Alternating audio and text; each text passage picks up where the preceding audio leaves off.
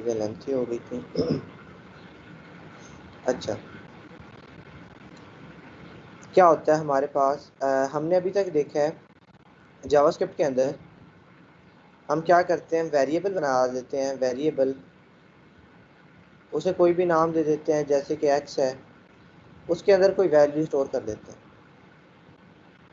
हमने कहा बेसिकली जो वेरिएबल होता है वो एक कंटेनर भी होता है जो कि वैल्यूज़ को अपने अंदर स्टोर करता है, कंटेन करके रखता है। कैसे? जैसे ये एक्स है तो एक्स एक कंटेनर है, इस एरिया का नाम एक्स है और इसके अंदर जो वैल्यू है वो क्या है, 5। ठीक है, इसी तरह कोई और कंटेनर हम बना सकते हैं, Y C A B C, अपनी मर्ज़ी से हम कितने भी वेरिएबल जो हैं वो क्रिएट करवा सकते हैं। बट क्या होता है हमारे पास कि हम जब भी कोई और चीज़ ऐड करते हैं, जैसे 10 है, मैं 10 को इसके ऊपर स्टोर करवाऊंगा तो क्या हो जाती है, मेरे पास ये वैल्यू ख़त्म और 10 आ जाता है।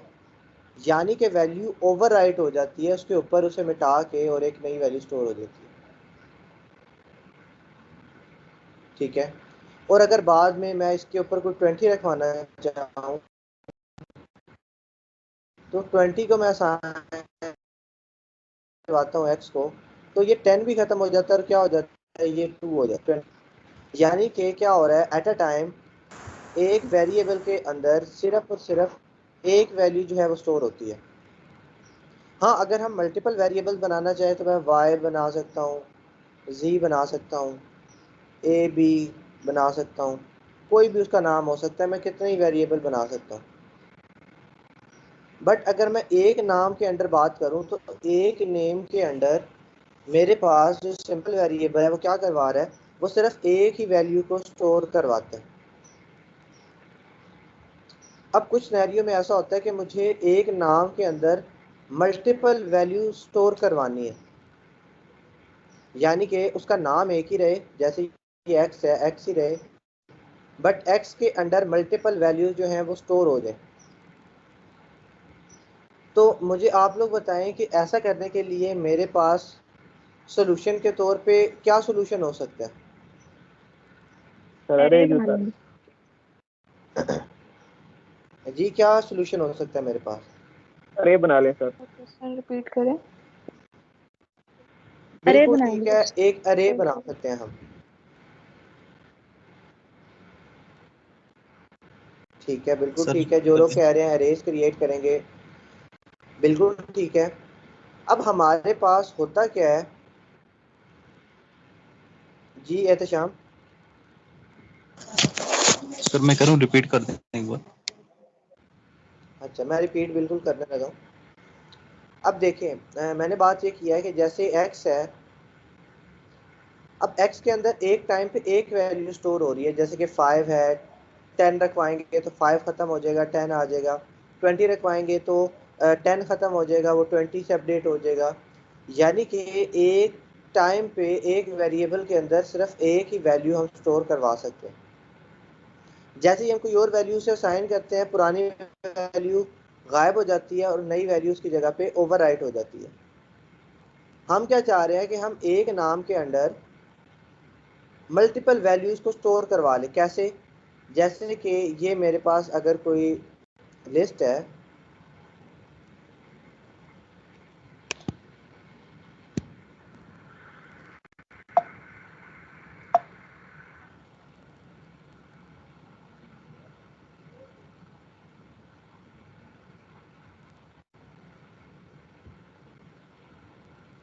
इसे आसान अल्फाज में भी अभी आपको समझाता हूँ कि कैसे आप क्रिएट करवा सकते हैं। देखिए, अब मेरे पास क्या है कि इसका जो नाम है ना, वो मैंने उसे कोई नाम दे के एक्स, बट इसके ऊपर मैंने डिफरेंट पोर्शंस के ऊपर चीज़ों को डिवाइड कर दिया। क्या कर दिया, डिफरेंट पोर्शंस के ऊपर चीज़ों को डिवाइड कर दिया और हर पोर्शन के ऊपर मैंने कोई ना कोई डाटा जो है वो स्टोर करवा लिया, जैसे कि 10, 20, 15, 12, 8। इसे समझने के लिए ऐसे ही हम कह सकते हैं, जैसे आपके रूम में पड़ी आपके कबर्ड है, ठीक है, आपकी कोई कबर्ड है, आपकी कोई अलमारी है, उसको क्या कह सकते हो, उसका कोई नाम रख लेते हो आप, बट उसके अंदर जो चीज़ों के पोर्शन हुए हुए हैं वो डिफरेंट डिफरेंट है।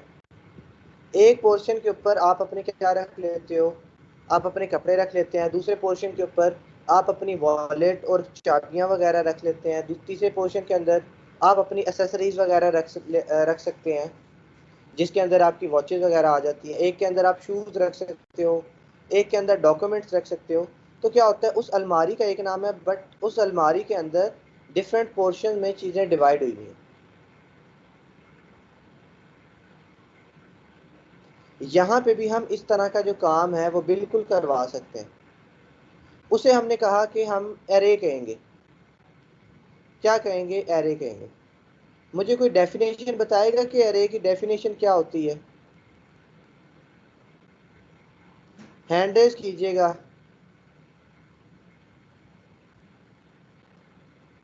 जी मुनज़्ज़र साजिद, आप बताएं। सर अरे एक कंजक्टिव मेमोरी लोकेशन है, मतलब जिसके अंदर हम जो है ना डाटा वो कंजक्टिवली शो कर सकते हैं, और इसकी डायमेंशंस भी होती हैं, 2 डायमेंशन आगे। बिल्कुल ठीक है। हमारे पास क्या होती है? अरे कंसेक्यूटिव मेमोरी लोकेशन होती है। कंसेक्यूटिव मेमोरी लोकेशन क्या होती है कि साइड बाय साइड मेमोरी जो है वो मौजूद है, जिसके ऊपर हम डाटा जो है वो स्टोर करवा सकते हैं। बिल्कुल ठीक। जी यासीन, आप बताएं क्या होती है अरे? सर यही बताना था कि कंजक्टिव नेम रेवोल्यूशन होती है। ठीक है। आप में से किस किस स्टूडेंट ने पहले सी प्लस प्लस या सी में अरेज वगैरह के कॉन्सेप्ट जो हैं वो देखे हुए हैं?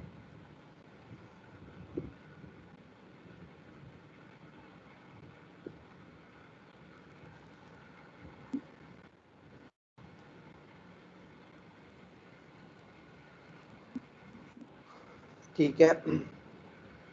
अच्छा जी, जैसे कि हमने बात किया कि अरे क्या होती है, कंसेक्यूटिव मेमोरी लोकेशन होती है। उसको एक नाम के अंडर रिप्रेजेंट करवाया जाता है, जैसे कि एक्स है, जैसे कि वाई है। उस एक्स और वाई के ऊपर मल्टीपल पोर्शंस हुए होते हैं, और हर पोर्शन को हमने कोई ना कोई नाम भी दिया होता है, यानी कि उसे इंडेक्स कहते हैं। यहाँ पे 0 1 2 3 4, हर इंडेक्स के ऊपर हम कोई भी वैल्यू स्टोर करवा सकते हैं।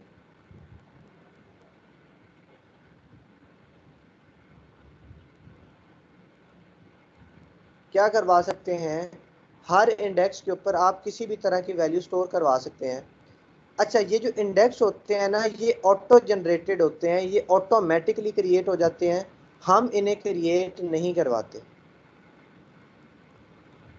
यानी कि हम अरे क्रिएट करेंगे तो क्या होगा, उसके ये जो इंडेक्सेस हैं, 0 इंडेक्स, 1 इंडेक्स, 2 इंडेक्स, 3 इंडेक्स, 4, ये खुद ब खुद जनरेट हो जाएंगे। बट जो उस पर वैल्यू पड़ी हुई होंगी वो हमने रखवानी होंगी, जैसे कि 10 20 15 12 और 8 वैल्यूज़ हमने उसके ऊपर स्टोर करवानी होंगी।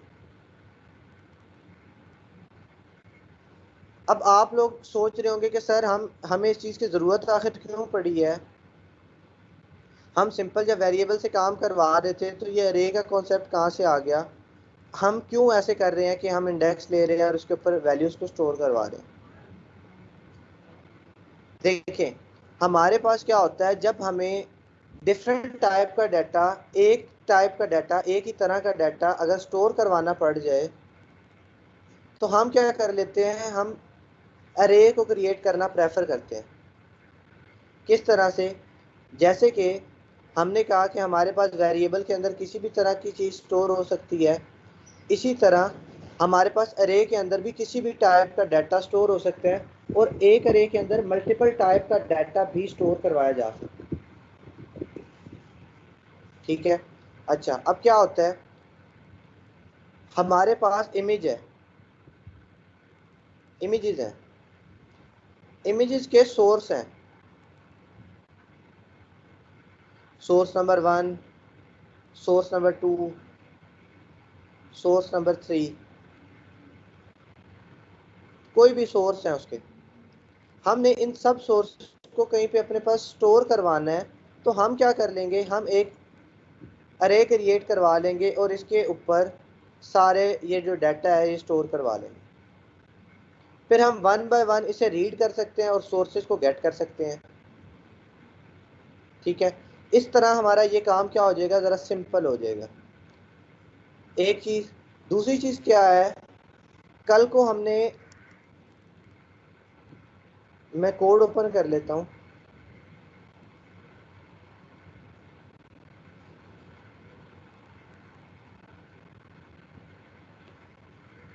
इंडेक्स,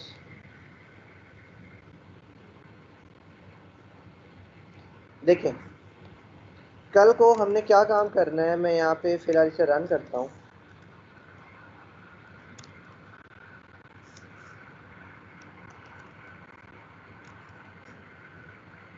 एक मिनट रुको।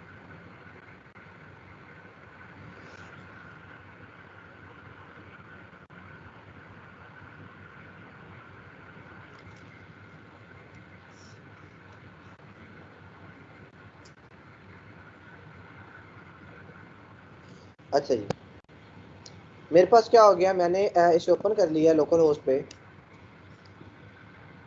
तो मेरे पास चीज़ें जो है फिलहाल ठीक रन कर रही हैं।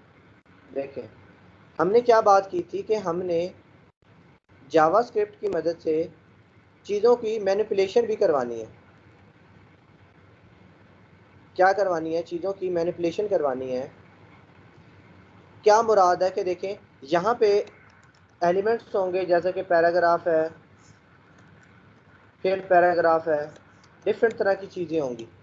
हमने क्या करना है, हमने इन चीज़ों को जावास्क्रिप्ट में एक्सेस करवाना है और इन्हें क्या कर देना है, इन्हें चेंज कर देना है, इन्हें मैनिपुलेट कर देना है, इन्हें मॉडिफाई कर देना है। अब मेरे पास अगर सिमिलर टाइप के एलिमेंट्स आ जाते हैं, जैसे कि पैराग्राफ है और मेरे पास 5 पैराग्राफ आ जाते हैं, तो मैं उन्हें अलग अलग वेरिएबल में स्टोर करवाने के बजाय प्रेफर करूँगा कि मेरे पास क्या हो जाए, कि मेरे पास एक ही एरिया बन जाए, उसके ऊपर मैं पैराग्राफ स्टोर करवा लूँ, पैराग्राफ 1, पैराग्राफ 2, पैराग्राफ 3, जितने भी मैं करवाना चाहूँ, सो ऑन, मेरी मर्जी होगी, मैं उसे स्टोर करवा सकता हूँ। इससे क्या हो जाएगा, मेरे पास चीज़ों को करने की जो अप्रोच है वो ज़रा कन्वीनियंट हो जाएगी। ठीक है, क्या करवा सकता हूँ मैं डिफरेंट तरह की चीज़ों को अपने पास एक नाम के अंडर स्टोर करवा सकता हूँ ताकि मैं उसे आसानी से एक्सेस कर लूँ। अगर मेरे पास ज़्यादा वेरिएबल होंगे, जैसे कि x, y, z, अगर मुझे 1000 डाटा स्टोर करवाना है या 500 डाटा स्टोर करवाना है, तो मुझे 500 वेरिएबल क्रिएट करने पड़ेंगे। बट यहाँ पे मैं क्या करूँगा, मैं एक ही नाम के अंडर बनाऊंगा और उसके ऑटोमेटिकली इंडेक्स बनते जाएंगे, 0, 1, 2, 3, 4, सो ऑन, जितने मर्जी चाहें वो खुद ही बनते जाएंगे। तो मेरे पास चीज़ें थोड़ी सी आसान हो जाएंगी जब मेरे पास एक बड़ा डाटा आ जाता है या मैंने बड़े डाटा को स्टोर करवाना। तो तब मैं क्या करूँगा, मैं अरेज का इस्तेमाल करूँगा, क्योंकि अरेज का इस्तेमाल करना थोड़ा सा कन्वीनियंट रहेगा मेरे लिए। ठीक है, अच्छा, अब मुझे क्या समझ आई है, यहाँ तक मुझे समझ आई है कि अरे कंसेक्यूटिव मेमोरी लोकेशन है जिसके ऊपर मैं किसी भी तरह का डाटा स्टोर भी करवा सकता हूँ। ठीक है, किसी भी टाइप का डाटा जो है वो मेरा इसकी लोकेशन के ऊपर स्टोर हो जाता है। इसके ऊपर कुछ इंडेक्सेस होते हैं और इसका एक नाम होता है जो कि हमने यूज़ करना। ठीक है, अच्छा, अब मैं बात करता हूँ, यहाँ तक हमें इस चीज़ की समझ आ गई कि सर इसे लिखने का तरीका क्या होगा। जैसे हमने वेरिएबल बनाया था, variable x is equal to 5, इसे कैसे लिखेंगे, अरे को कैसे लिखेंगे। अरे भी बेसिकली वेरिएबल ही होता है, क्यों, क्योंकि इसके ऊपर भी डिफरेंट वैल्यू स्टोर की जा सकती हैं और वो values time by time update भी की जा सकती हैं। ठीक है, तो इसे लिखने का तरीका भी सेम है। इसके लिए भी हमने कीवर्ड यूज करना है var। उसके बाद अरे का नेम,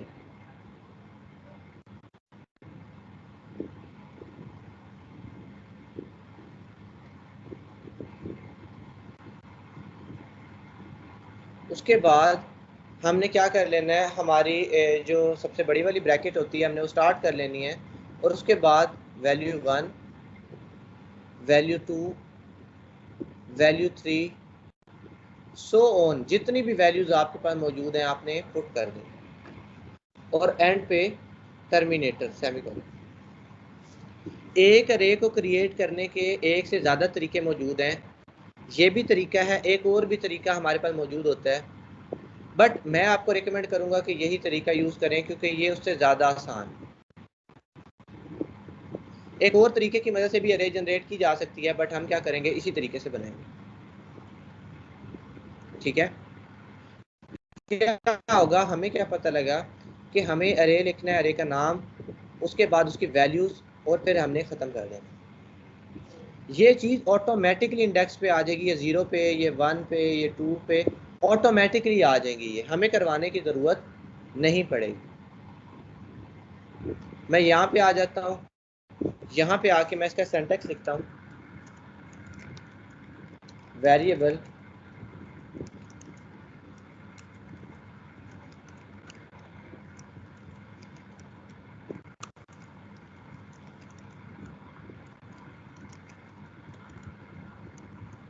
सो जितनी मर्जी वैल्यूज करवा सकते।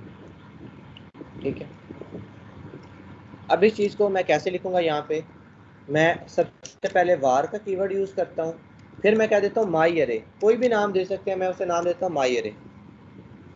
अरे का जो नेमिंग रूल है वो भी उसी तरह से रहेगा जैसे आप वेरिएबल नेमिंग रूल किए थे। ठीक है, इसमें कोई फ़र्क नहीं होगा, ये भी वैसे ही रहेगा।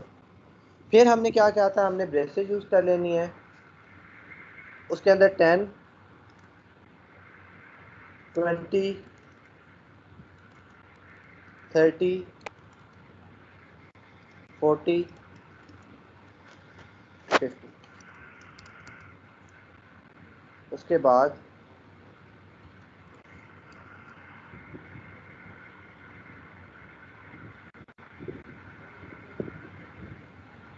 सेमीकोलन आ गया। अच्छा, हमने क्या करवाया है, हमने एक अरे बनाई। अब मेरे पास इस चीज़ का एक जो स्केच है वो मैं कैसे बना सकता हूँ, इसका स्केच मैं इस तरह से बना सकता हूँ कि मेरे पास क्या है, मेरे पास एक एरिया है, एक मेमोरी लोकेशन है, उसके ऊपर क्या हुआ हुआ है, 1, 2,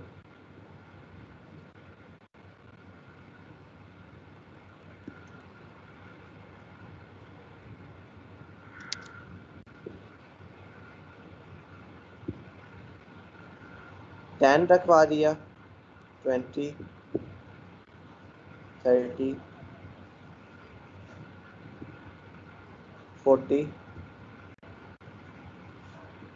और इस पूरी को मैंने क्या नाम दे दिया है,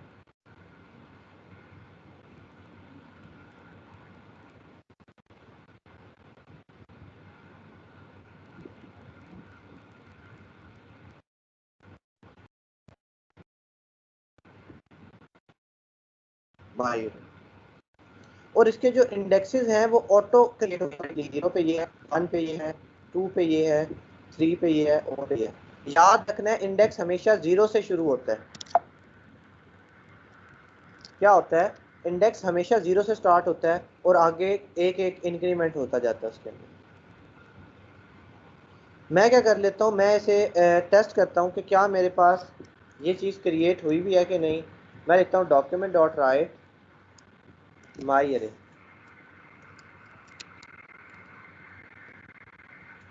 मेरे पास क्या आ जाता है, 10, 20, 30, 40, 50 मेरे पास मौजूद है। मतलब कि मेरी पूरी अरे के ऊपर ये सारा कुछ स्टोर्ड है। अगर मैं इसको इंडेक्स भी इसका डाल दूं आपको शो करवाने के लिए, तो मैं कमेंट लिखा है, मैंने लिख दिया 0, 2, 3,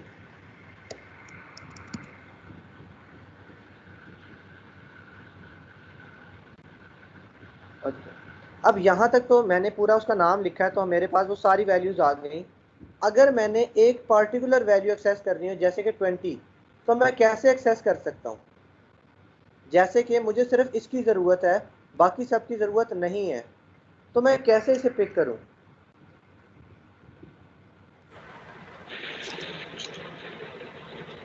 इंडेक्स से। जी सिर्फ इंडेक्स लिखने से हो जाएगा? कैसे इंडेक्स लिखूंगा? ऐसे 1 स्क्वायर ब्रैकेट्स में। स्क्वायर ब्रैकेट में 1 ऐसे?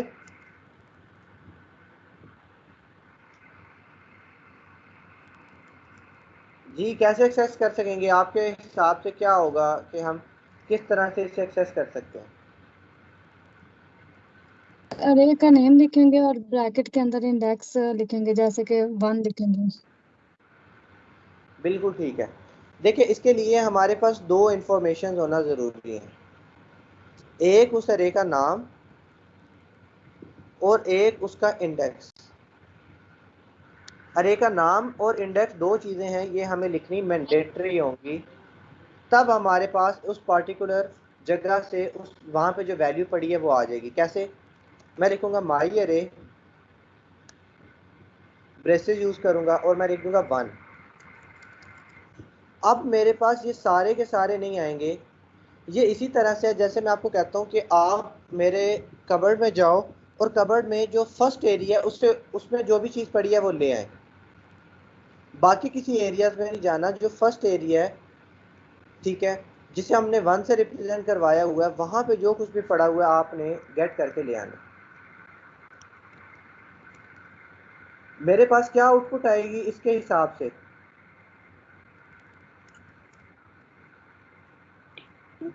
ट्वेंटी आएगी सर।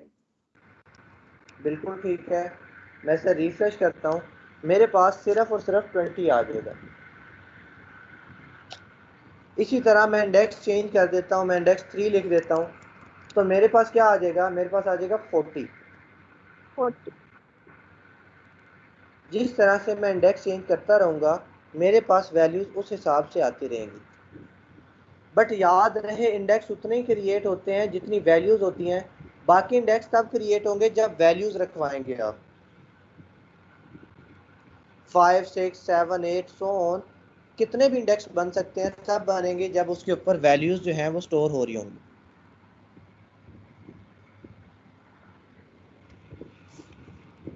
ठीक है, अच्छा अब हमारे पास क्या होता है, वही बात जो मैंने आपको बताई, एक इंडेक्स का पता होना ज़रूरी है और एक अरे के नाम का। इन दोनों की मदद से हम चीज़ों को क्या करवा सकते हैं? रिप्रेजेंट करवा सकते हैं। अच्छा अगर मैं आपसे एक सवाल पूछता हूँ, अगर मैं लिखता हूँ 25 माइनस 22, तो अब मेरे पास क्या कोई आउटपुट आएगी या नहीं, और क्या ये चीज़ लॉजिकली करेक्ट लिखी है या इनकरेक्ट है?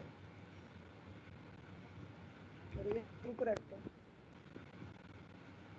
जी जो लोग कहते हैं कि ये चीज़ गलत है, इनकरेक्ट है, वो लोग हाथ खड़ा करें, हैंड रेज करें।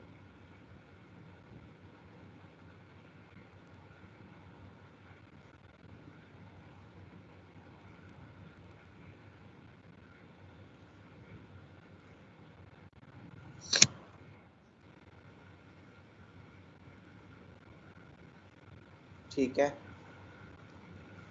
अच्छा जी, अच्छा अब वो लोग हैंड रेज करें जो कहते हैं कि सर ठीक है, हमारे पास कोई ना कोई आउटपुट आ जाएगी, 25 माइनस हमारे पास 40 आउटपुट आ जाएगी, ये बिल्कुल ठीक है। वो लोग हैंड रेज करें जो कहते हैं कि ये लॉजिकली चीज़ करेक्ट है।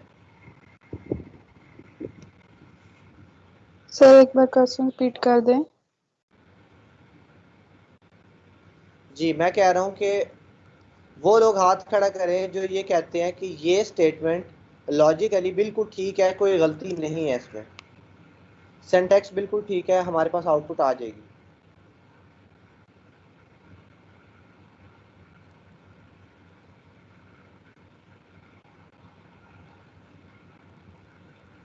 जी मुनज़्ज़ा, आपने इनकरेक्ट से भी हाथ रेज किया था और यहाँ से भी, आप दोनों के साथ हैं? नहीं सर, ये करेक्ट है क्योंकि यहाँ पे 25 माइनस 22 3 आएगा ना, तो 3 इंडेक्स पे जो वैल्यू है ना तो वो हमारे पास आउटपुट में शो हो जाएगी। अब मैंने सोचा था इस बारे में तो मुझे लगा ये ठीक है। अच्छा अच्छा, बिल्कुल ठीक है। अच्छा, और वो लोग जो न्यूट्रल हैं जिन्होंने हैंड रेज नहीं किया, वो किसके साथ है? पीटीआई के साथ या नून लीग के साथ है? यार वो किसी को भी स्पॉन्सर नहीं कर रहे। अच्छा, जो न्यूट्रल है मेरे ख्याल वो किसी लीग के साथ है, क्योंकि हमारे साथ तो वो है ही नहीं। अच्छा, अब देखिए, कुछ लोग कहते हैं कि ये रॉन्ग है, कुछ लोग कहते हैं ये ठीक है। मैं इसे रिफ्रेश करता हूँ तो देखिए मेरे पास आंसर 40 ही रहेगा। क्यों? क्योंकि 25 माइनस 22 मेरे पास आंसर आ जाएगा 3। तो माई अरे ऑफ 3 के ऊपर क्या पड़ा हुआ? 40। तो मेरे पास 40 आउटपुट आ जाएगी। ये चीज़ बिल्कुल ठीक है, कोई गलती नहीं है इसके अंदर। ठीक है। इसी तरह अगर आप कर देते हो 25 माइनस 23, अब क्या आउटपुट आएगी? अब सर आएगी इसकी 30 आएगी आउटपुट। सर 230। जी, सेकंड इंडेक्स पे क्या पड़ा हुआ? 30। तो हमारे पास 30 प्रिंट हो जाएगा। ठीक है। तो इस तरह से भी चीज़ें हम लिख सकते हैं, इससे भी कोई फ़र्क नहीं पड़ता। ठीक है। अच्छा, उसके अलावा मैं एक और सिनेरियो आपके साथ डिस्कस करता हूँ कि अगर हम कर लें एक्स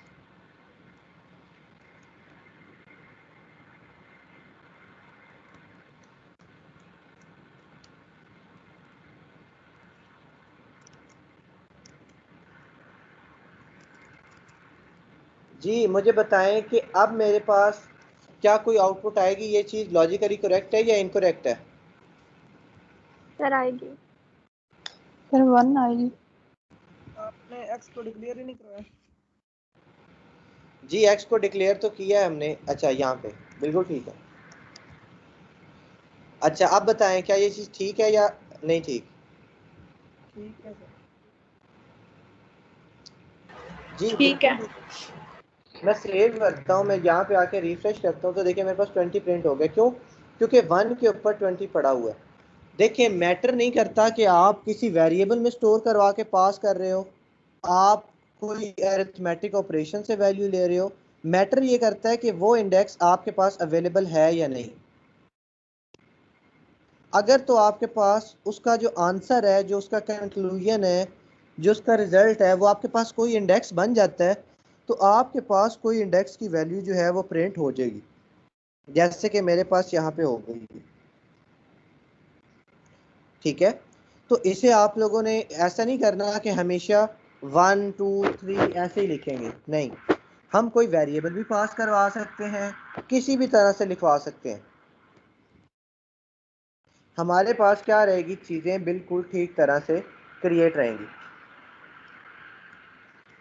अच्छा, अगर मैं यहाँ पे इस तरह से कर देता हूँ,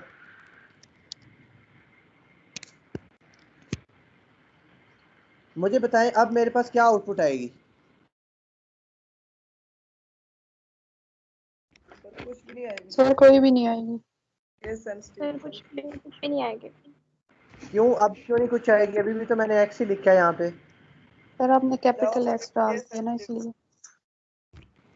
बिल्कुल ठीक है, हमने कैपिटल एक्स डाल दिया है तो वो क्या कहेगा? हमारे पास एरर दे देगा, वो कहेगा capital x is not defined. ठीक है। तो हमने केस का भी ख्याल रखना है। अगर कैपिटल है तो कैपिटल लिखें, अगर स्मॉल है तो स्मॉल लिखें। ठीक है। इसी तरह हमारे पास अरेज की मदद से हमने काफ़ी काम लेने हैं। कुछ हमारे पास ऐसे फंक्शंस होंगे जो ऑटोमेटिकली अरेज बना देंगे। तो ये कॉन्सेप्ट बड़ा इंपॉर्टेंट है, और जैसे कि मैंने आपको बताया कि ये चीज़ यूज़ होती है। एक और चीज़ कि ज़रूरी नहीं है कि एक टाइप का डाटा हो, यहाँ पे किसी भी टाइप का डाटा हम स्टोर करवा सकते हैं।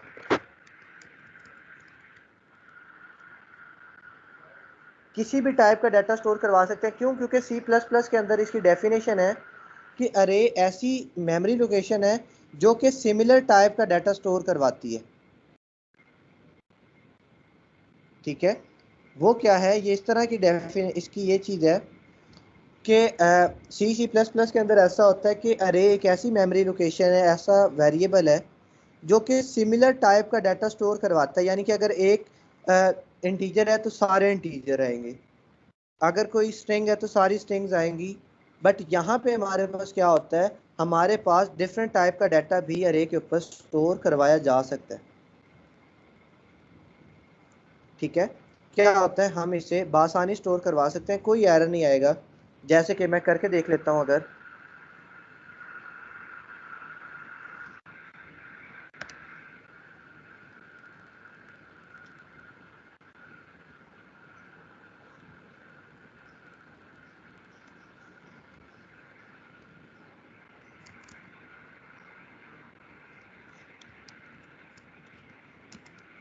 मेरे पास देखिए हमजा जो है वो प्रिंट होगी। ठीक है, तो इससे कोई भी इशू नहीं होता कि आप डिफरेंट टाइप का डाटा स्टोर करवा रहे हैं। क्यों? क्योंकि जावास्क्रिप्ट में टाइप पे इतनी रिस्ट्रिक्शन नहीं है। जावास्क्रिप्ट टाइप्स के मामले में थोड़ा सा हमें रिलैक्सेशन दे देते हैं। इसीलिए हमारे पास क्या हो जाता है, हमारे पास जो भी जिस भी टाइप का डाटा होगा हम उसे अरे में स्टोर करवा सकते हैं और उसे फिर क्या कर सकते हैं, उसकी आउटपुट ले सकते हैं। ठीक है, तो ये हमारे पास क्या होता है, ये हमारे पास एक अरेज का कॉन्सेप्ट है और आगे हमने इसके अरेज के इंडेक्सेस के ऊपर काफ़ी तरह की वैल्यू स्टोर करवानी है। कोई पूरा का पूरा फंक्शन बना सकते हैं हम यहाँ पे, कोई हम क्या कह सकते हैं इसके ऊपर, कोई ऑब्जेक्ट आ सकता है, कोई एलिमेंट रखवा सकते हैं, इमेज का सोर्स रखवा सकते हैं, कोई एट्रीब्यूट की वैल्यू रखवा सकते हैं, कुछ भी हम स्टोर करवा सकते हैं। ठीक है, कुछ भी हम इसके ऊपर स्टोर करवा सकते हैं। ठीक है, तो इस तरह से अरेज हमारे पास आगे भी इस्तेमाल होती रहेंगी। ये नहीं है कि हमने पढ़ लिया और बात खत्म। देखें, जैसे वेरिएबल था, हमने एक दफ़ा पढ़ा, हम हर लेक्चर में उसे इस्तेमाल कर लेते हैं। इसी तरह आगे चल के हमने अरेज को भी इस्तेमाल करना है। कुछ हम खुद बनाएंगे, कुछ ऑटोमेटिकली बन रही होंगी, तो हमें पता होगा कि ये चीज़ क्या है, ये एक एरे है। ठीक है, उसके अलावा हमें इसको रिप्रेजेंट करवाने में, इसको आइट्रेट करवाने के लिए, इसकी आउटपुट लेने के लिए हमें अरे को लूप के साथ इस्तेमाल करना पड़ता है। तो अभी हमने लूप वगैरह का कॉन्सेप्ट नहीं पढ़ा। जब हम लूप वगैरह पढ़ेंगे तो उसके साथ भी हम अरेज को प्रिंट करवा रहे होंगे, अरेज के ऊपर ऑपरेशंस परफॉर्म करवा रहे होंगे। अभी हमने सिर्फ अरे को क्रिएट करवाना देखा है, इसके ऊपर मल्टीपल ऑपरेशंस भी हम परफॉर्म करवा सकते हैं। और अरे के हमारे पास काफ़ी ज़्यादा प्री डिफाइंड मेथड्स भी मौजूद होते हैं जिनकी मदद से हम कन्वीनियंट तौर पे काफ़ी काम करवा सकेंगे। बट अभी तक मुझे आप यहाँ तक बताएं कि हमें अरे को कैसे क्रिएट करवाना है, इसका मकसद क्या होता है, क्या रीज़न है। ये बात समझ में आ गई है कि अरे होती क्या है और इसका पर्पस क्या है? ये सर समझ आ गई। यस सर, आ गई है। ठीक है, अच्छा जी, अब हम क्या करते हैं, हम अरे के अलावा एक और कॉन्सेप्ट की बात कर लेते हैं।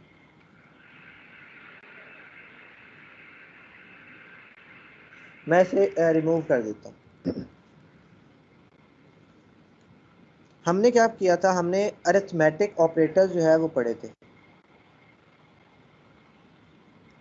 Arithmetic yes sir. ऑपरेटर क्या क्या आ जाता था, प्लस आ जाता था, माइनस आ जाता था, क्या आ जाता था, डिवीजन आ जाता था, मल्टीप्लिकेशन, मल्टीप्लिकेशन, मॉडुलस आ जाता था। Increment. Yes sir, modulus, decrement. अच्छा, इसके साथ ये हमारे पास थे अरिथमेटिक।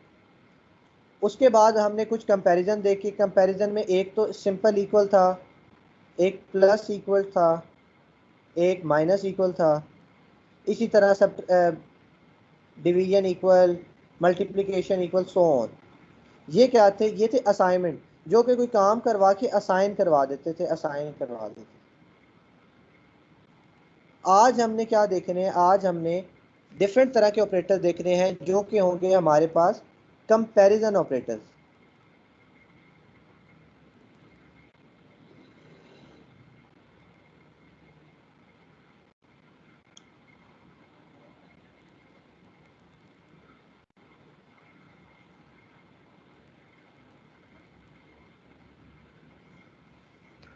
क्या होंगे? Comparison operators. इसके अंदर क्या करेंगे? हम दो चीज़ों को कंपेयर कर रहे होंगे। जैसे हम प्लस की मदद से क्या करते हैं, एक्स और वाई को प्लस कर रहे होते हैं। इन ऑपरेटर्स की मदद से हम क्या कर रहे होंगे, एक्स और वाई को या ए और बी को या 5 और 2 को कंपेयर कर रहे होंगे। सेंटर में हमारे पास कंपैरिजन ऑपरेटर जो है वो हम इस्तेमाल करेंगे। कंपैरिजन ऑपरेटर्स की हेल्प से हम काफ़ी ज़्यादा टास्क जो है अपने परफॉर्म करते हैं। जैसे कि ये अरिथमेटिक ऑपरेटर्स या ये जितनी भी चीज़ें हमने पढ़ी हैं, ये सिर्फ इसलिए नहीं है कि ए को बी से ऐड कर लिया, मल्टीप्लाई कर लिया। आगे जाके हमने फार्मूलाज बनाने हैं, हमने अपने डिफरेंट कंडीशंस बनानी है। तो जब हमने डिफरेंट कंडीशंस बनानी है तो हमें इन्हीं चीज़ों की ज़रूरत पड़नी है, अरिथमेटिक ऑपरेटर्स की, कंपैरिजन ऑपरेटर्स की, इन्हीं की ज़रूरत पड़नी है और इन्हीं की मदद से हमारी बड़ी बड़ी लॉजिक्स जो हैं वो डेवलप होंगी। ठीक है, तो कंपैरिजन ऑपरेटर क्या होते हैं? जिसकी मदद से हम दो चीज़ों को आपस में कंपेयर करवा रहे होते हैं।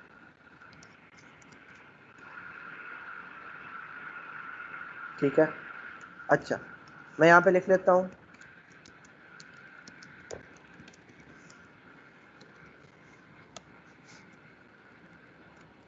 अच्छा, अब मैं क्या करता हूँ, मैं यहाँ पे लिखता हूँ डॉक्यूमेंट डॉट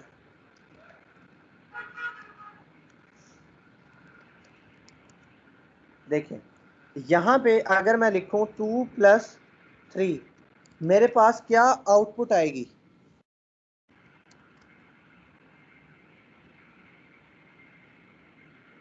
सर कोई भी नहीं आएगी। इसकी क्या आउटपुट आएगी? ठीक है जी, आप कहते हैं कोई भी नहीं आएगी जी, बाकी सब क्या कहते हैं?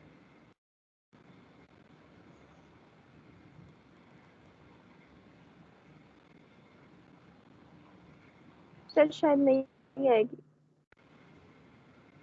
नहीं आएगी, ठीक है। सर आ जाएगी, आप आ जाएगी। आ जाएगी, आएगी क्या? 5 आनी चाहिए अगर आएगी तो। Yes sir. अच्छा, कुछ लोग कह रहे हैं कि 5 आ जाएगी, कुछ कह रहे हैं कुछ नहीं आएगी। मैं देख लेता हूँ। देखिए, मेरे पास आउटपुट आएगी। आउटपुट क्यों नहीं आनी? क्योंकि हमारे पास ऐसा हो ही नहीं सकता कि आउटपुट ना आए। वो क्या कर रहा है, 2 और 3 को ऐड कर रहा है और जो उसका रिजल्ट है वो शो करवा देता है। अगर आप लेकिन 5 सर हमने तो ऊपर वेरिएबल डिक्लेयर ही नहीं किया, फिर ये कैसे हुआ? जरूरी तो नहीं है कि हम वेरिएबल डिक्लेयर करें, तो हम फिर डायरेक्ट सर भी तो हम ऊपर चीज़ों क्यों लिखते हैं? को हम डायरेक्ट इस तरह से ही लिख दिया करें। बिल्कुल करवा सकते हैं, बट वेरिएबल से फ़ायदा ये होता है कि अगर मुझे 10 जगह पे मैंने ऐसा इस्तेमाल किया हुआ है तो वेरिएबल मैं एक जगह पे अपडेट करूँगा, हर जगह उसकी वैल्यू अपडेट हो जाएगी। बट अगर मैं इनको कहते हैं लिटरल्स, अगर मैं ये यूज़ करूँगा सिंपल, तो मुझे हर जगह पे फिर जा के अपडेट करना पड़ेगा। तो वेरिएबल ओके। से ज़रा काम आसान हो जाता है। ठीक है, ये देखें 10 आ जाएगा। हमारे पास जो भी इसके अंदर हम लिखते हैं उसकी आउटपुट आ जाती है। अगर मैं यहाँ पे कोई कंपैरिजन ऑपरेटर यूज़ करूँ तो कंपैरिजन में चीज़ें या तो ट्रू होती हैं या फॉल्स होती हैं। यानी कि अगर मैं आपको कहता हूँ कि मैं सिंपल ले लेता हूँ कि हमारे पास जो उर्वा की हाइट है वो सायरा से बड़ी है, मैं कह देता हूँ उर्वा की हाइट सायरा से बड़ी है, तो आपसे मैं कहूँगा क्या ये बात ट्रू है? आप इनको देखते हुए कहेंगे कि जी ये सर बात ट्रू है या ये बात फॉल्स है। इसी तरह अगर मैं कहता हूँ कि 2 से ग्रेटर है, आप कहेंगे सर फॉल्स है, 2 से ग्रेटर नहीं है, 2 तो 2 के इक्वल होता है। अगर मैं कहता हूँ 10 ग्रेटर है 2 से, तो आप कहेंगे सर बिल्कुल ठीक है, 10 वाकई 2 से ग्रेटर होता है। तो मेरे पास ट्रू से या फॉल्स की मदद से वैल्यूज जो हैं वो आ जाती हैं। ट्रू या फॉल्स की हेल्प से क्या हो जाती हैं, वैल्यूज आ जाती हैं। अब मैं वही बात यहाँ पे लिखूंगा, जैसे कि मैं लिख लेता हूँ 5 ग्रेटर देन 2, आउटपुट में क्या आना चाहिए? Sir true. 5 नहीं आएगा? जी क्या आएगा? सर 5 नहीं आएगा क्योंकि वो ग्रेटर है। देखिए दोनों पे मैंने आपको कहा है, अब मैंने आपसे पूछा है कि उर्वा की हाइट ग्रेटर है सायरा से, तो आप क्या कहेंगी? आंसर उर्वा आ जाएगा? आंसर उर्वा नहीं आएगा, आंसर आएगा ट्रू या फॉल्स। ठीक है, सर तो ट्रू अगर आएगा। कंडीशन तो 5 ग्रेटर देन 2 है तो आंसर आएगा ट्रू या फॉल्स। देखिए आंसर क्या आ जाएगा? ट्रू। अगर मैं इसे रॉन्ग कर देता हूँ, मैं कह देता हूँ 2 इज ग्रेटर देन 12, अब क्या आंसर आएगा? फॉल्स। रॉन्ग।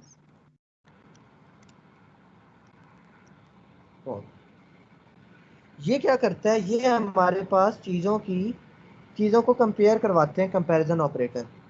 कंपैरिजन ऑपरेटर काफ़ी है हमारे पास। सबसे पहले हमने बात की इसकी, तो ये क्या होता है? Greater than.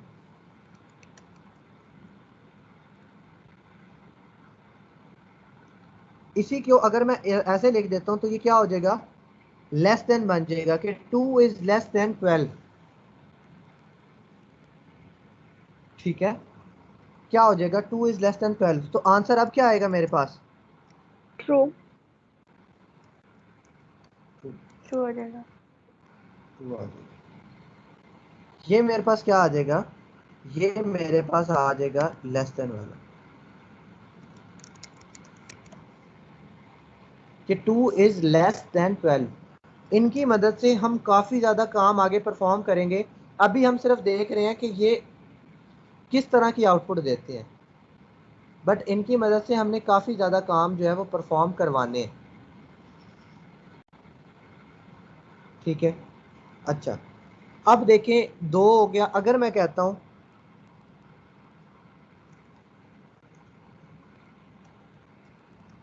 तो आंसर क्या आ जाएगा? सर कुछ भी नहीं आएगा। फॉल्स आएगा सर, फॉल्स आएगा। आंसर आएगा फॉल्स, क्योंकि 2 2 से स्मॉलर नहीं होता, 2 तो 2 के बराबर होता है। यस। ठीक है, मतलब रिजल्ट आना ही आना होता है हर सूरत में। जी हर सूरत में ट्रू आएगा या फॉल्स आएगा, कोई ना कोई रिजल्ट लाजमी हमारे पास आना ही है। Okay sir. ठीक है, अच्छा अब मैं क्या देता हूं कि अगर मैंने इस चीज़ को ट्रू करवाना है तो मैं इसे इक्वल कैसे कहूंगा? इक्वल तो असाइनमेंट के लिए यूज हो जाता है, तो मैं सर ऐसा डबल क्या कि ये चीजें दोनों को बराबर शो करवाए। इक्वल। जी कह रहे हैं डबल इक्वल, क्या डबल इक्वल करवाने से हो जाएगा या नहीं होगा? और sir less than equal to करेंगे। अच्छा लेस देन इक्वल टू करवा देते हैं। मुझे एग्जैक्टली करवाना है कि ये बराबर पे सिर्फ आउटपुट दे, तो फिर अगर लेस देन इक्वल टू करवाएंगे तो फिर तो वो छोटे पे भी ट्रू करवा देगा।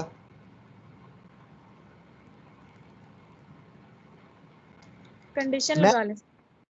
दोनों बिल्कुल इक्वल होने चाहिए। अगर एक इक्वल लगाते हैं तो फिर सर डबल इक्वल लगाएंगे। बिल्कुल ठीक है, सिंगल इक्वल रिजर्व है असाइनमेंट के लिए।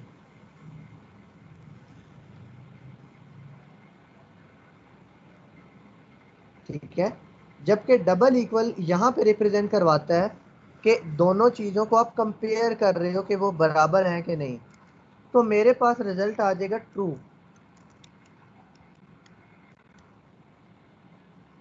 और अगर मैं वैल्यू बदल देता हूँ, मैं कहता हूँ 3 और 2 बराबर हैं, तो क्या 3 और 2 बराबर होते हैं? No sir. No 3 sir. और 2 कभी भी बराबर नहीं होते, तो आंसर आ जाएगा फॉल्स। तो मेरे पास क्या पता लगा कि जो डबल इक्वल है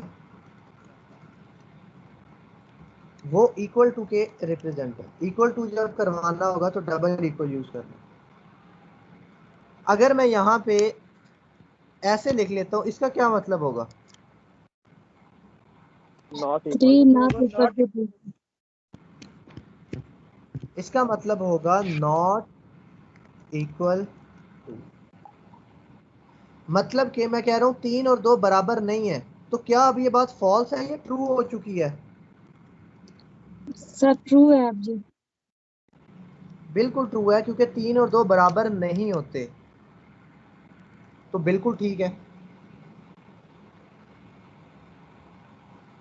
ठीक है, अगर मैं आपको कह देता हूं कि मेरी जो इंडेक्स फिंगर है और जो मेरी उसके अलावा रिंग फिंगर जो होती है ये दोनों बराबर नहीं है, तो आप कहेंगे सर बिल्कुल ट्रू कह रहे हैं, आप बिल्कुल सच कह रहे हैं। तो वही बात है, मैं कह रहा हूं कि 3 और 2 बराबर नहीं होते, तो बिल्कुल सच बात कर रहा हूं, ट्रू कह रहा हूं। अगर मैं कह देता हूं कि 3 और 3 बराबर नहीं होते, तो अब मैं क्या कह रहा हूं, मैं फॉल्स बात लिख रहा हूं, क्योंकि 3 और 3 तो बराबर होते हैं ना, तो आंसर क्या आ जाएगा, फॉल्स आ जाएगा। इसी तरह से वो आ जाता है ग्रेटर इक्वल। ग्रेटर इक्वल से भी क्या हो जाएगा, ये बात ट्रू हो जाएगी। ग्रेटर इक्वल से किन किन केसेस के अंदर हमारे पास चीज ट्रू रहेगी? सर जब ग्रेटर होगा और जब इक्वल होगा। तो जी, हमारा के अलावा सर ट्रू होगा। जब जब चीज ग्रेटर होगी या इक्वल रहेगी, मतलब कि मैं 5 लिख दूंगा तो तब भी कंडीशन क्या रहेगी, ट्रू ही रहेगी। ट्रू ही रहेगी। और अगर मैं यहाँ पे 3 लिख देता हूँ तो तब भी कंडीशन क्या रहेगी, ट्रू ही रहेगी। ट्रू। अच्छा, हमने ये गलत कर दिया था थोड़ा, तब भी कंडीशन क्या रहेगी, ट्रू रहेगी। तो ये हमें क्या समझ आती है कि ये क्यों यूज हो रहा है,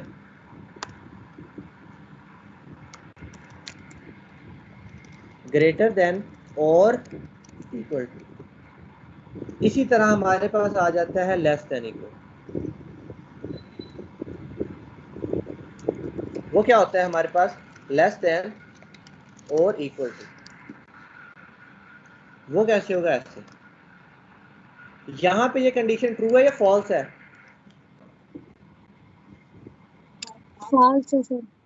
फॉल्स है। ठीक है, ये फॉल्स है। सर फॉल्स है। क्यों, क्योंकि 5 ना तो छोटा है और ना ही बराबर है, तो गलत हो जाएगा। अगर मैं यहाँ पे 1 लिख लेता हूँ तो तब ये कंडीशन क्या हो जाएगी, ट्रू हो ट्रू जाएगी। हो। ठीक है, अच्छा ये हमारे पास जनरल होते हैं, इन्हीं का इस्तेमाल हमने आगे कुछ टाइम में करना है। मैं आपको एक और सिनेरियो देता हूँ, मुझे बताएं यहाँ तक जितने किए हैं इनकी समझ आ गई है? Yes yes sir. Sir. Yes. मैं लिख लेता हूँ 2, मुझे बताएं क्या आंसर आएगा। फॉल्स। जो लोग कहते हैं, देखिए मैं फॉल्स आपके लिए आएगा। आसान कर- जो लोग कहते हैं कि फॉल्स आंसर आएगा वो लोग हैंड रेज करें।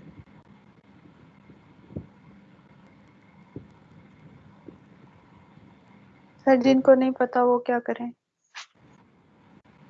कुछ ना कुछ तो ओपिनियन देनी पड़ेगी उन्हें।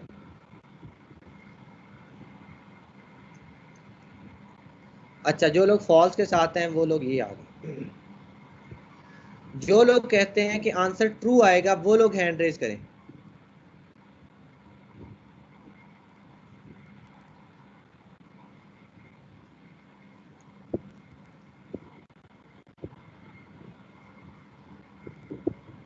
जी, मुनज़्ज़ा, फरवा, रिमशा, नबील। अच्छा, ये लोग जो हैंड रेज करते ही नहीं है इनका क्या करें, ये सो जाते हैं लेक्चर सर में? वो सो रहे हैं, नींद पूरी करते हैं सर। सर जी, उनको नींद पूरी बुलाया करते करो।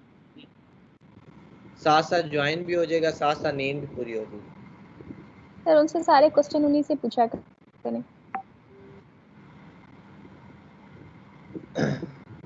वो सोए होते हैं, रिप्लाई ही नहीं करते हैं, कैसे मैं पूछता हूँ उनसे? जी, जैसे कि हमारे पास हैं नाजिश। नाजिश ने अभी तक हैंड रेज नहीं किया, रिफत ने हैंड रेज नहीं किया, तस्नीम ने सर हैंड रिफत रेज से नहीं पूछो, किया। वो काफी मेहनत करती है।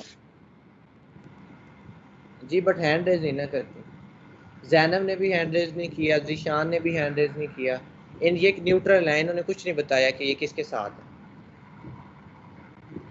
सर ये जो बीच की जीतो। बिल्ली है। अच्छा, रिफत मैंने हैंड रेज कर लिया। अच्छा, अब मुझे बताएं कि वो लोग जो ट्रू के साथ हैं, आप सब ट्रू के साथ हैं कि आंसर ट्रू आएगा?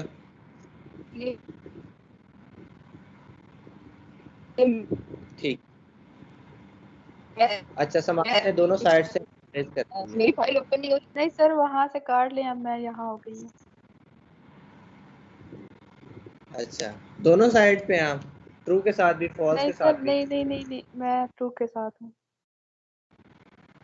अच्छा, ट्रू के साथ हैं। देखते हैं, मैं सेव करता हूं तो मेरे पास आंसर क्या आता है। देखिए मेरे पास आंसर आया ट्रू। हालांकि दोनों की डाटा टाइप तो डिफरेंट है, बट आंसर ट्रू कैसे आ गया? जी मुनज़्ज़ा आप बताएं। सर वैल्यू तो सेम है इनकी, इस वजह से आंसर आया एक।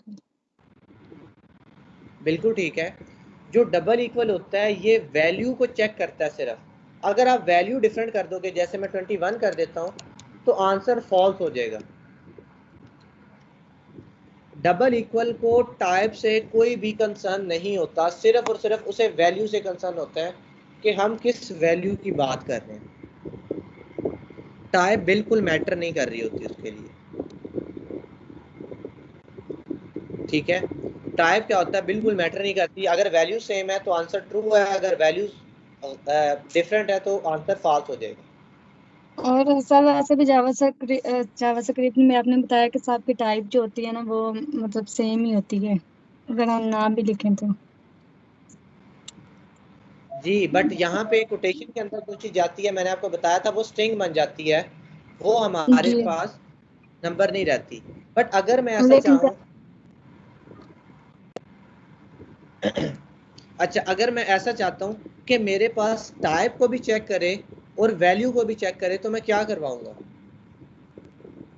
3 इक्वल लगेंगे सर।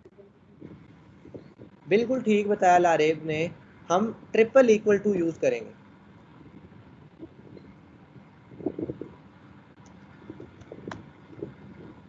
ट्रिपल इक्वल टू क्या करता है, ये आइडेंटिकल चेक करता है। आइडेंटिकल से क्या मुराद है कि इनकी टाइप भी सेम होनी चाहिए और इनकी वैल्यू भी सेम होनी चाहिए। मुझे बताएं अब मेरे पास क्या आंसर आएगा यहाँ पे? अब फॉल्स आ गया। अब फॉल्स आएगा सर। अब फॉल्स फॉल्स, आएगा सर। क्योंकि इनकी टाइप डिफरेंट है ना। मुझे क्या करना पड़ेगा, मुझे दोनों को साथ या तो कोटेशन यूज करनी पड़ेगी या दोनों को सिंपल नंबर रखना पड़ेगा। अब ट्रू है। अगर एक भी चीज गलत हो जाती है, देखें अगर मैंने टाइप ऐसे कर दी,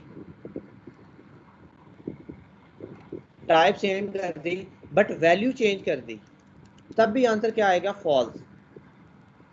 और अगर टाइप सेम है और वैल्यू भी सेम है तो तब हमारे पास आंसर क्या आ जाएगा?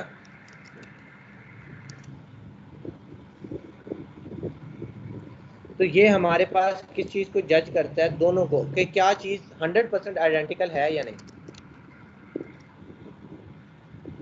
इसी तरह जो नॉट इक्वल होगा, ये क्या करवाता होगा फिर?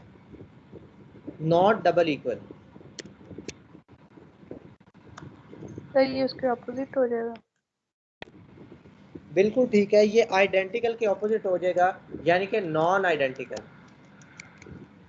इसमें अगर मेरे पास इस तरह का, ये इसी कंडीशन के ऊपर क्या रिजल्ट आएगा मेरे पास? ट्रू या फॉल्स?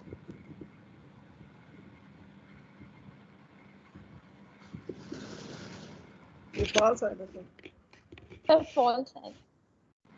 फॉल्स क्यों आएगा? ये नॉट क्योंकि इक्वल। सर ये इक्वल है लेकिन यहाँ पे नॉट नाट है का और इक्वल नहीं है। जी, क्यों? क्योंकि ये बिल्कुल आइडेंटिकल है और हमने इन्हें कह दिया कि ये इक्वल नहीं है, तो हम गलत बात कर रहे हैं, तो आंसर हमारे पास फॉल्स आ जाएगा। अगर अब यहाँ पे टाइप चेंज कर देते हैं ऐसे, तो अब मेरे पास क्या हो जाएगा, ये चीज ठीक हो जाएगी। आप ट्रू आएगा सर। बिल्कुल ठीक है, अब क्या आ जाएगा? ट्रू आ जाएगा। तो ये जो ट्रिपल इक्वल टू होता है या नॉट डबल इक्वल टू, ये हमारे पास क्या करता है? आइडेंटिकल को और नॉन आइडेंटिकल को यूज करता है। अब ये जो मैंने आपको आज करके दिखाया है, इसका प्रैक्टिकल यूजेज ऐसा नहीं है। यानी कि हमने जब इस चीज़ को अपने प्रोग्राम्स में यूज़ करना है तो हमने ऐसे नहीं करना कि ट्रू करके देख लिया, फॉल्स करके देख लिया, नहीं। ये तो सिर्फ आपके समझने के लिए किया कि ये देखें यहाँ पे ट्रू, यहाँ पे फॉल्स। इसका जो एक्चुअल यूजेज होगा वो कंडीशनल स्टेटमेंट्स के अंदर इस्तेमाल किया जाएगा। वहां पे हम इन्हें इस्तेमाल करके कहेंगे कि ये चीज़ अब ट्रू आ रही है, ये चीज़ अब क्या आ रही है, फॉल्स आ रही है। इस ट्रू और फॉल्स की बेस पे हम कोई नेक्स्ट डिसीजन ले रहे होंगे। अभी तो सिर्फ हमने देखा है कि कब ट्रू आता है, कब फॉल्स आता है। जब हमें पता होगा इस चीज़ का, हम इस चीज़ के बेस के ऊपर कुछ फर्दर डिसीजन ले सकेंगे। ठीक है, तो इसका एक्चुअल जो यूजेज है वो इस तरह से नहीं है कि डॉक्यूमेंट डॉट राइट के अंदर लिख लिया a is greater than b, 2 is greater than 5, ऐसा नहीं है। इसका एक्चुअल यूजेज कब होगा, जब इसकी मदद से हम कोई प्रॉपर काम करवा रहे होंगे, कुछ और आगे कुछ रिजल्ट ले रहे होंगे, कुछ कंक्लूजन करवा रहे होंगे, तब जाके हमारे पास इसका एक्चुअल इम्प्लीमेंटेशन हमें नजर आएगी।